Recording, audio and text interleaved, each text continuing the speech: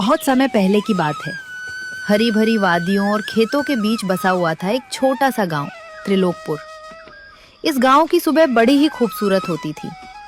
सूरज की पहली किरण पड़ते ही गांव के लोग कुदाल और फाड़ा उठाकर अपने अपने खेतों की तरफ निकल जाया करते थे।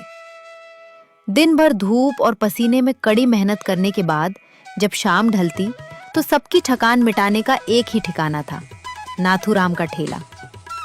नाथूराम के हाथ के बने समोसे इतने मशहूर थे कि सिर्फ त्रिलोकपुर ही नहीं बल्कि आसपास के दूर दराज के गांवों से भी लोग खिंचे चले आते थे।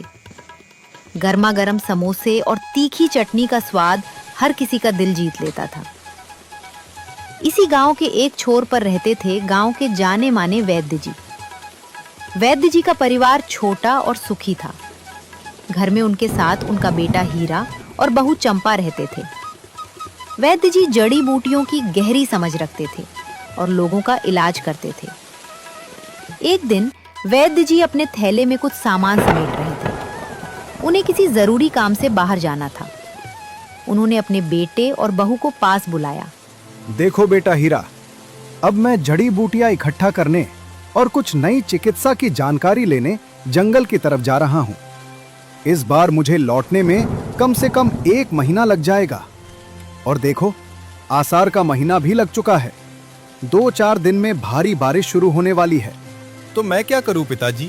आप जाइए, घूम फिर कर आइए। अरे नालायक, घूमने नहीं, काम से जा रहा हूँ। मैं कह रहा था कि 1-2 दिन में अपने लिए कोई ढंग का काम ढूंढ लो। किसी बड़े सेठ की हवेली में देख लो या फिर किसी जमींदार के खेत में काम पकड़ लो।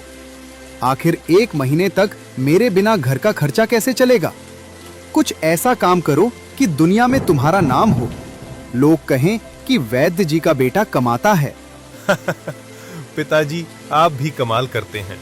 आप पिछले 20 से 25 सालों से यही जड़ी बूटियां बेच रहे हैं। आज तक आप खुद कुछ बड़ा नहीं कर पाए और मुझसे उम्मीद कर रहे हैं कि मैं 1 महीने में नाम कमा लूं। पिताजी, आप बिल्कुल घबराइए मत। आप अपनी यात्रा पर बिना किसी चिंता के जाइए।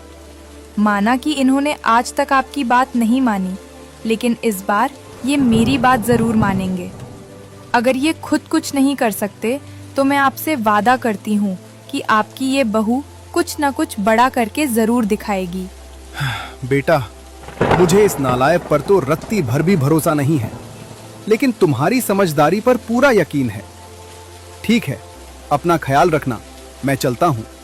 वैद्य जी के घर से निकलते ही मौसम ने करवट बदली। आसमान में काले घने बादल छा गए और देखते ही देखते मूसलाधार बारिश शुरू हो गई। इधर बारिश शुरू हुई और उधर बेचारे नाथूराम ने दुकान लगाने के लिए अपना ठेला खड़ा ही किया था। पानी की बूंदें गिरती देख नाथूराम का दिल बैठ गया। वो सिर पर हाथ रखकर जोर जोर से रोने लगा। हे भगवान, ये तूने क्या किया? अभी 1 हफ्ता भी नहीं हुआ कि मेरी पत्नी बीमारी की वजह से मुझे छोड़कर चली गई।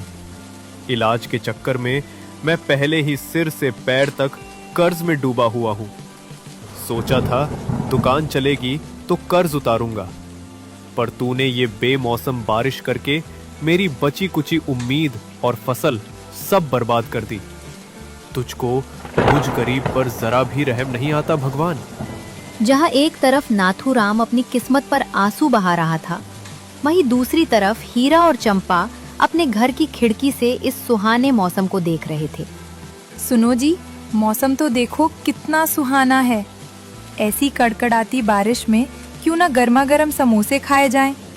वैसे भी इस मौसम में नाथूराम भैया के समोसे और भी मजेदार लगेंगे। क्या विचार है, चलें उनके ठेले पर? हाँ चंपा, मन तो मेरा भी बहुत है। सच कहूं तो बेचारे नाथूराम पर दुखों का पहाड़ टूट पड़ा है। अभी हफ्ता भर पहले उसकी पत्नी गुजर गई, ऊपर से वो कर्जे में डूबा है। चलो समोसे भी खा लेंगे और इसी बहाने बेचारे की थोड़ी बोहनी भी हो जाएगी। कम से कम उसके पास कुछ पैसे तो आएंगे। हीरा और चंपा तेजी से कदम बढ़ाते हुए सीधे नाथूराम के ठेले पर पहुंचते हैं।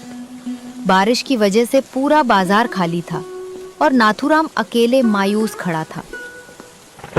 अरे नाथूराम भैया, क्या हालचाल है? इस तूफानी बारिश में अकेले क्यों खड़े हो? क्या बताऊं हीरा भाई, किस्मत ही रूठ गई है। हफ्ते भर पहले पत्नी साथ छोड़ गई, इलाज में सब कुछ बिक गया। अब इस बारिश ने धंधा भी चौपट कर दिया। समझ नहीं आता कि जीऊं या मरूं। भैया हिम्मत मत हारिए, बुरा वक्त हमेशा के लिए नहीं रहता, सब ठीक हो जाएगा। हमारे पास इस समय इतने पैसे तो नहीं हैं कि हम आपकी कोई बड़ी माली मदद कर सकें, लेकिन